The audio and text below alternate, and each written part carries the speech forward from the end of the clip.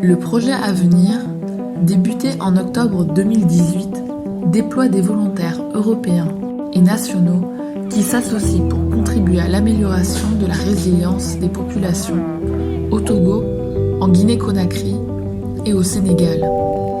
Financé par l'initiative EU Aid Volunteers de l'Union européenne, le projet est coordonné par France Volontaire et Zavod Volontaria en Slovénie.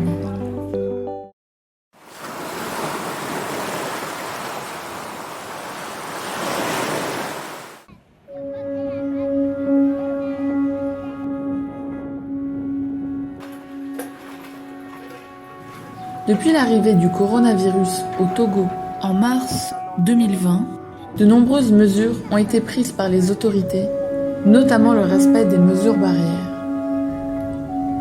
Ces mesures ont conduit France Volontaire Togo à réorganiser les activités initialement prévues. Le projet à venir travaille en collaboration avec des associations locales afin de mettre en œuvre ces activités. Ces associations ont ainsi interpellé France Volontaire Togo au sujet de la précarité grandissante de certains de leurs bénéficiaires et de leur forte exposition au virus.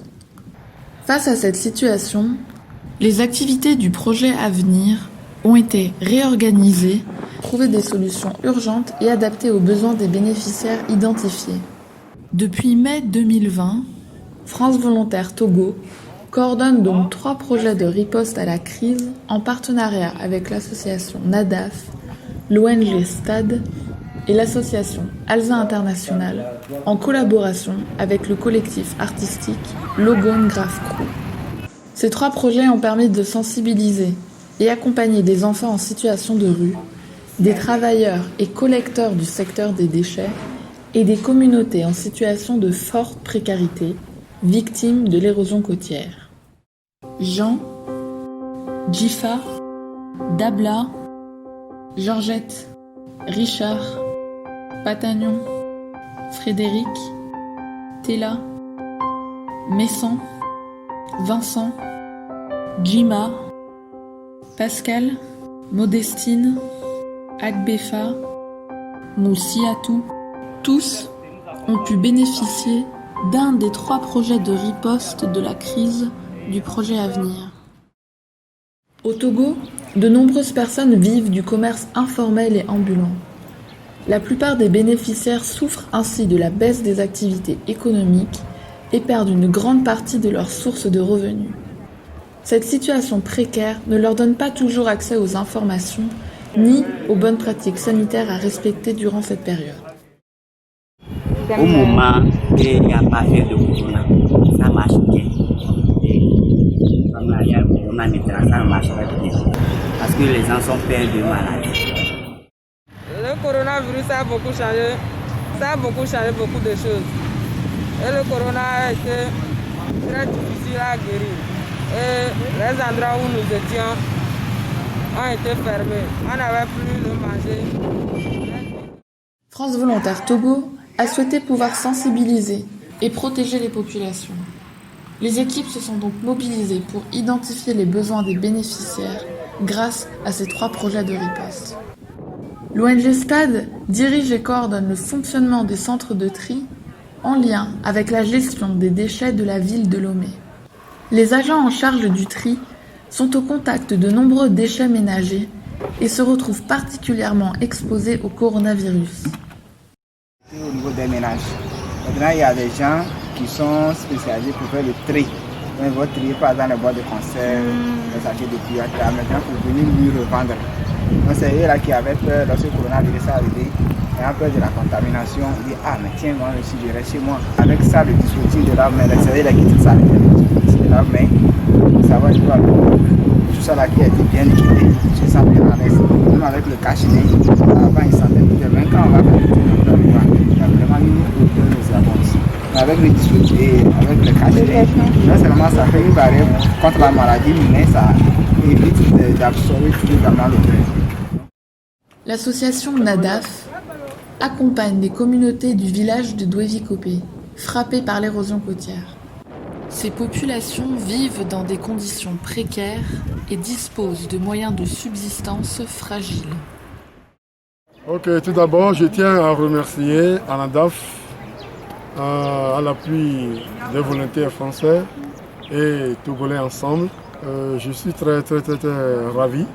Et brusquement, la maladie coronavirus, Covid-19 était venue. ANADAF et les volontaires français ne nous ont pas laissés comme ça. Ils sont venus à notre secours et ils nous ont porté des kits alimentaires et les cache-nez. Ça, c'est une bonne chose. Le projet Dje-Aye, qui signifie l'art pour éveiller les consciences, propose de sensibiliser les publics marginalisés et exposés au Covid, notamment les enfants de rue. En collaboration avec l'association Alza International et le collectif d'artistes Logone Graph Crew, le projet propose de sensibiliser les enfants de rue grâce à des ateliers et à la création de fresques murales. Dje-Aye, c'est un projet qui est né en avril 2020 durant la crise du coronavirus. Donc, durant en fait la mise en œuvre d'un hackathon numérique porté par des citoyens internationaux, la GIZ et le gouvernement togolais, qui vient vraiment soutenir l'effort national pour cette crise.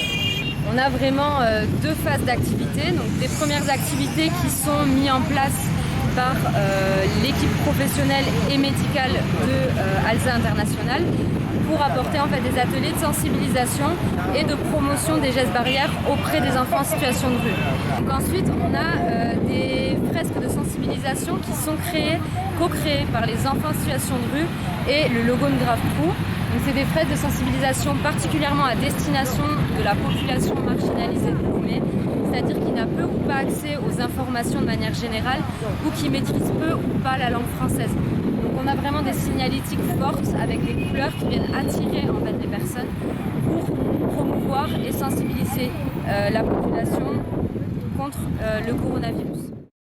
Les projets ont débuté avec la distribution de dispositifs de lave-mains, placés à des lieux stratégiques permettant aux populations et aux bénéficiaires de mieux se protéger. Bien sûr, nous sommes vraiment très rassurés, très rassurés. Là maintenant, bon, avec le gardien dehors, déjà quand les gens arrivent, lui il les emmène les mains, il se désinfecte les mains avant de rentrer sur le site. Oui, avant de rentrer. Et quand vous rentrez et vous ressortez également, vous le faites encore avant de repartir. Mais d'avant, nous n'étions pas habitués à cela. Mais grâce à la sensibilisation des associations et de l'ONG, maintenant, on nous a amené les lave-mains dans tous les carrefours. Donc, si tu as envie de sortir dans le coin, tu as à se laver la main. Quand tu dois rentrer, tu as droit à se laver la main. Des kits alimentaires et sanitaires ont ensuite été distribués à plus de 1500 personnes et 315 ménages. Nadaf a proposé un kit alimentaire constitué d'un sac de riz de 5 kg, d'un litre d'huile végétale et de 2 bouteilles de sauce tomate. Elle a ensuite proposé un kit sanitaire composé d'un savon et de plusieurs masques.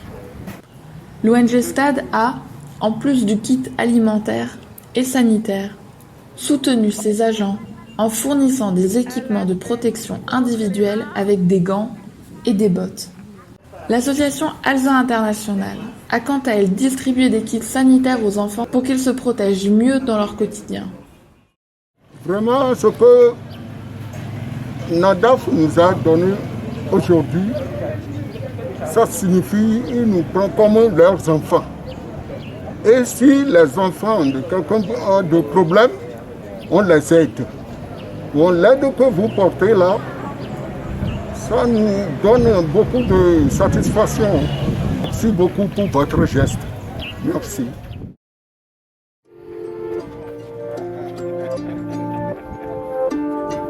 Grâce à ces 3 projets de riposte, 28 dispositifs de lave-mains ont été disposés, 350 kits alimentaires et 1700 masques ont été distribués et plus de 1800 personnes ont été sensibilisées au Covid par les associations.